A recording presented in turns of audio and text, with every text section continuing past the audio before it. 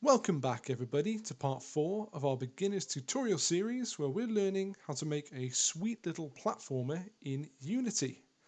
To recap from last episode, if we press play, we have now successfully made it so our character can not only move but jump as well, and we have gone one step further in allowing the player to have control over the height and distances of their jumps. So let's just recap exactly how we did that. Let's go back into our script and let's take it from the top. So we've said that when we press space, our jump button, we're going to apply a velocity to our rigid body, which is going to make our character jump on the y-axis by our jump force. We've also said that so long as we hold down the button and our airtime counter is greater than 0, our character will continue to ascend in his jump until that airtime counter reaches 0 again and he'll fall back to the ground.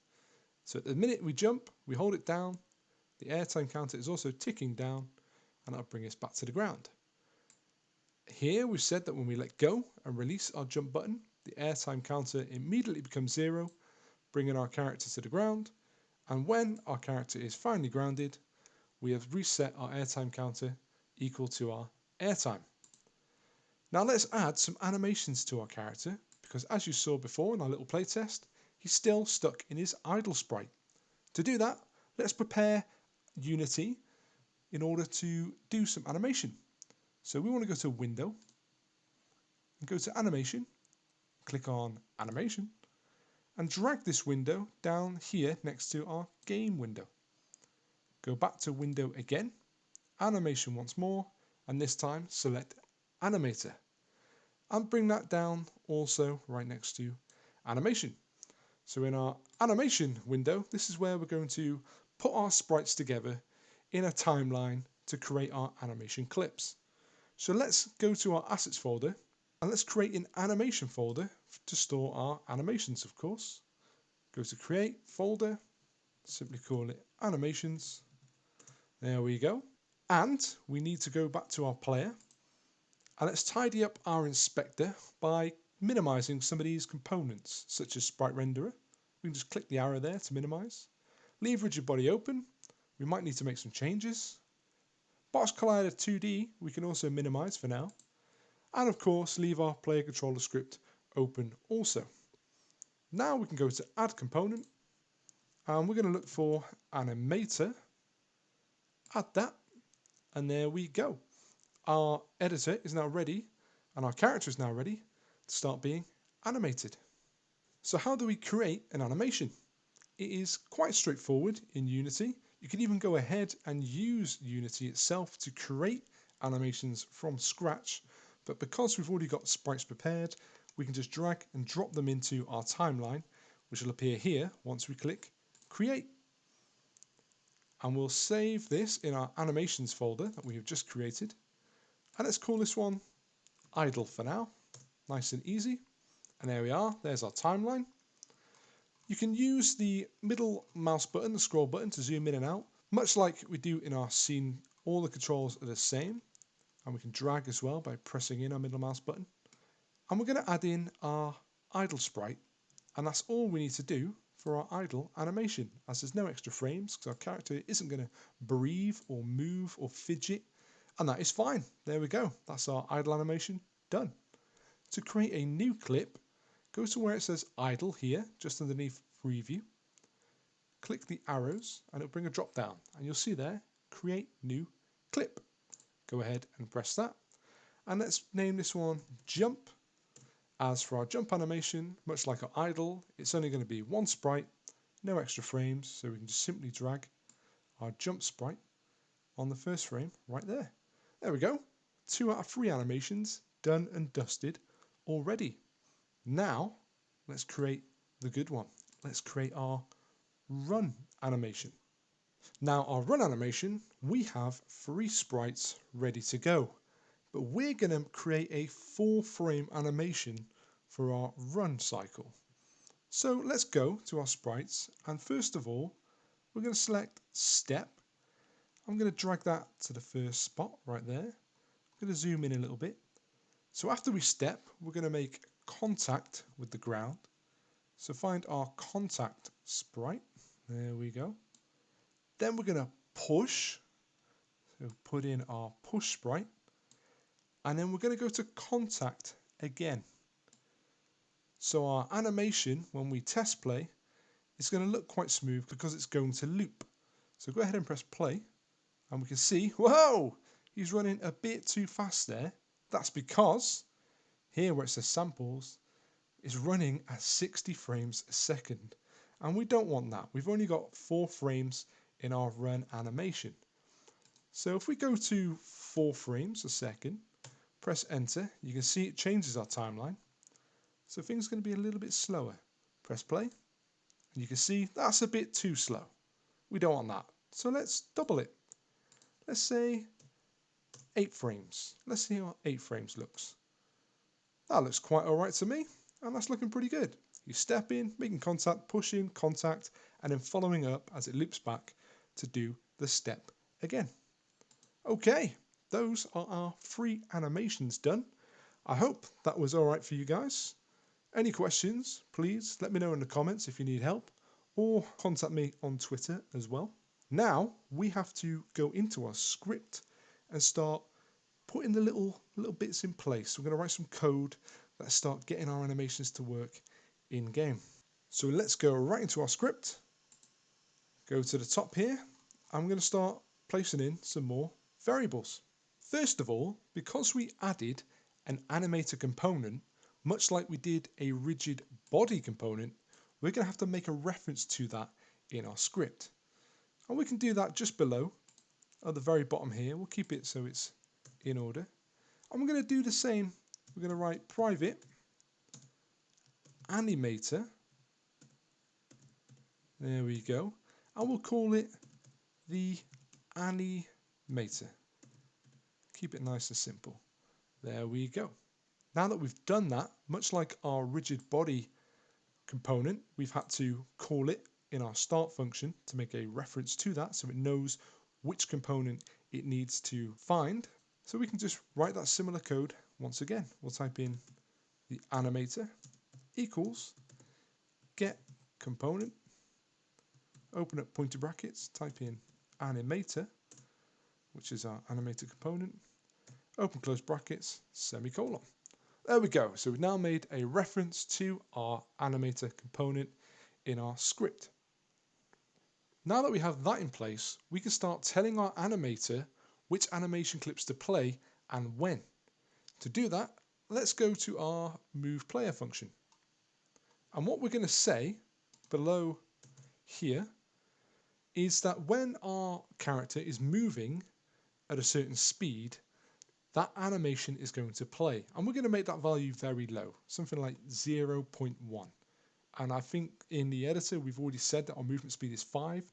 So regardless, it's always going to be greater than 0.1. So to do that, let's call upon the animator right there, dot set float. So we're going to set a value here. So let's open up our brackets. Now we have to give it a name, an ID. So open up your parentheses, your quotation marks, and let's call it speed. And now we have to give speed a value. And that value is going to be mathf. Now mathf simply provides us with common mathematical functions, so we don't have to do all of it ourselves and have our brains melting out of our ears. Specifically, we're going to say mathf.abs. Now abs stands for absolute, and what this is going to do is it's going to return an absolute value. It basically turns negative values positive, so irrespective of where we are in a world space, because when we move to the right, that's positive. When we move to the left, that's negative. It doesn't matter. We don't have to define a negative and then a positive, or else we'd have to write this line of code out twice, one for each positive and negative. So go ahead and open up some brackets. So mathf.abs, and it's going to be our rigid body.velocity.x. And close that with one more bracket there. And there we go. So it doesn't matter if the value is -1, it's an absolute value, and it's just going to be 1. It doesn't matter if it's -7, the value is going to be 7. So it can work both ways. Excellent. Now we've got that in place, let's go to our jump function. And at the bottom, let's tell our animator when to play our jump animation. So we're going to do the same again. So we're going to say the animator.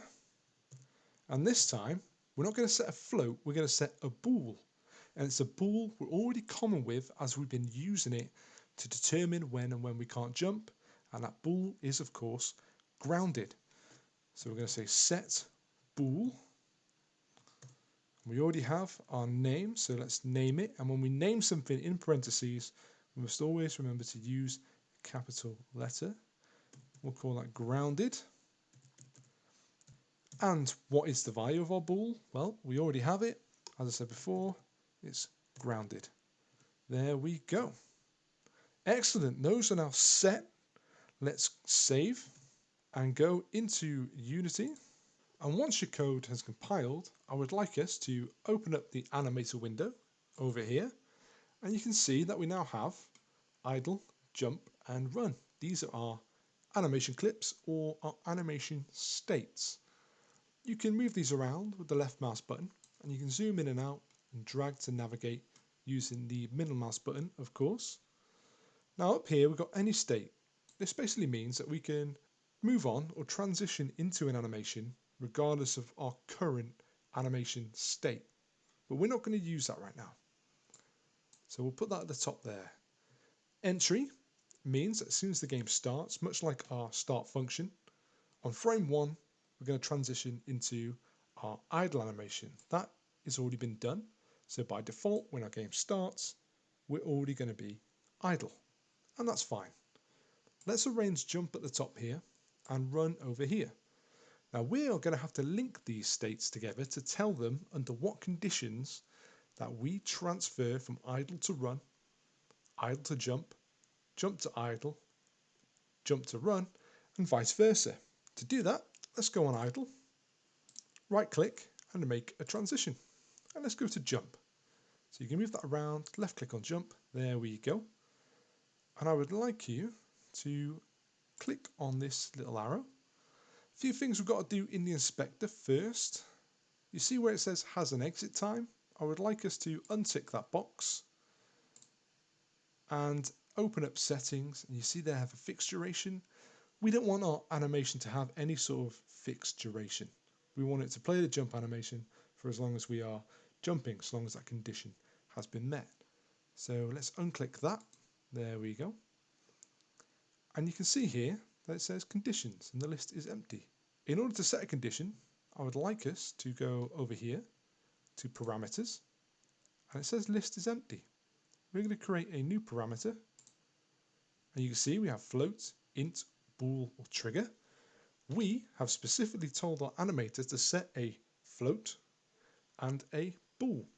Let's go on bool as we are dealing with jump. There we go, new bool, and we'll call it grounded. And while we're at it, let's set our float as well, and we'll call that speed. There we go.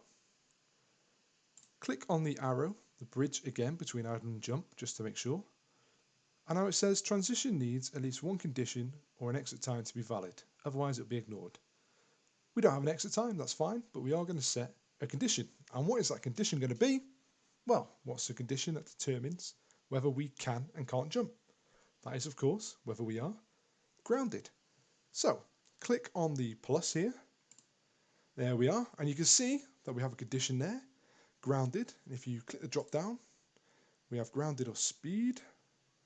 We want grounded, and when grounded is false, we jump. So in order to play our jump animation, we should match that. So when grounded is false, play the jump animation. Now we have to go from jump back to our idle animation by saying the complete opposite. So click on jump, right click, make a transition, back to idle, click on that, and once again, has an exit time? No. Fixed duration? No. And the list of conditions is empty. So what's a condition? Well, when grounded is true. We're going to go back to our idle animation. Let's give that a little test, shall we? Let's press play. And let's see if we can jump, and it plays our jump animation. So you can see when he was falling, because we were not grounded, he did a little jump. So click, hey, there we go. Jump animation is working quite fine. It's working well. Excellent. Right, that's that sorted. Let's work on our run. So let's go back into our animator and let's do the same. Idle, right click, make a transition to run, and let's already make a transition back. So we've got them running both ways. Okay, once again, has an exit time, no. Fixed duration, no. And the condition, press plus, is going to be speed this time. And when our speed is going to be greater than 0.1, we're going to go into our run animation. And to return back to idle, we'll say, exit time no, fixed duration no, that when the speed is less than 0.1. So when our speed is basically 0, we are static, we are idle. Okay, let's give that a test. Let's see what happens now. Hey, we're running, we're moving, and we're moonwalking. Well, there's a simple fix for that, do not worry. Although, feel free to leave that in if you want, because moonwalking is hilarious. All right, there we go. Let's stop playing around, go back to our animator, and let's start linking our jump to our run. Because we're going to be running and jumping, when we land, we may still be holding down the directional input, so we want to keep running. And here, we're going to do similar to what we've done here, but we're going to actually call on both of the conditions for one example. So when we run, much like when we're idle, let's make a transition from run to jump. Let's select, and once again, exit time, nope. Fixed duration, nope. And the condition is grounded is false. So when we're running and grounded is false, play the jump animation. Let's make a transition from jump into run. Now how's this going to work? Much like the idle, when grounded is true, but we're also going to be moving, so we also need to use our speed condition as well. So click on that transition, untick the necessary boxes. So the first one, grounded, is true, that's fine. Click on the plus again to add the second condition, and that's going to be speed. And so long as our speed continues to be greater than 1, when we land, we can go straight into our run animation. Now let's go ahead, press play, give it a test, see what it looks like. The game's really starting to come together. Here we go. So let's run, moonwalk, jump. Now let's run and jump. And when we land, yeah, we go into our run cycle rather well. Looking pretty smooth. All right. That is all we need to really do for our animation. But as I said before, there is a fix for our moonwalking issue. So let's go into our script and let's go to our move player function. And what we're going to do is we are going to tell our sprites, our player game object, to basically flip whenever we're going to the left or to the right. To do that, underneath our animation, let's type in an if statement. So let's say if, open up the brackets, and we'll say the rigid body dot velocity dot x is greater than 0. So if we're moving to the right, what's going to happen? Just press enter. The transform dot local scale. So the local scale there is the scale of the transformation relative to the parent. And the parent, of course, is our player. Equal new vector2. There we are. And we need to put in 2 values now. One for the x, one for the y. So as we're moving to the right, as our velocity is greater than 0, that's going to be positive. So we can just say 1f and 1f. F stands for float. So that's okay. That's quite all right. End with semicolon. Now, let's say else if. So if the rigid body dot velocity dot x is greater than 0, we're going to face one way. Otherwise, else if, we'll write the same again, the rigid body 2D dot velocity dot x is less than 0, because remember, the values that determine whether we go left or right are positive or negative. And underneath, we'll say the same again, transform dot local scale equals new vector 2. Open up your brackets there. Now what values are we going to put in here? Well, we're only really changing our value along the x, and the x is our first value, so that's going to be the opposite, minus 1f. And on the y, we can leave that the same because we're not going to affect that. We can just say 1f. There we go. So the else there is basically saying otherwise. There's two conditions to be met. Save that. Go back into Unity. Once compiled, let's press play, and we should see that when we turn, our player should face the correct direction. So let's go right, let's go left, there we go. And that should be the same for when we run and jump. Excellent, there we are. Our character is now fully set up with all his animations. At the moment though, despite being able to run and jump now, there's nothing for our player to do. We're going to focus on that in the next episode, so to wrap up, I would like us to prepare for that by creating some prefabs. Now prefabs are essentially master copies of a game object. So I'd like us to go to our sprites. Let's get our block, drag that into the hierarchy. Position is okay, it's been reset. Let's add box collider 2D component to it. There we go. And I'd like us to drag that into our prefabs folder. There we go. You can see in the hierarchy now that the block game object is blue. That means there is a prefab of it. So as I said before, a prefab is a master copy of a game object. So any changes that we make to our prefab of our block, it'll apply and update those changes to all game objects of that type in our scene. So we don't have to go to every single game object, every single block and make changes. We can just do it on the prefab. So I would like us to also make a prefab of our spikes. Drag that in there. There we are. Same again. Box collider 2D. Alright, and let's drag that into our prefabs folder as well. We can go ahead and delete those because we have prefabs that are made already.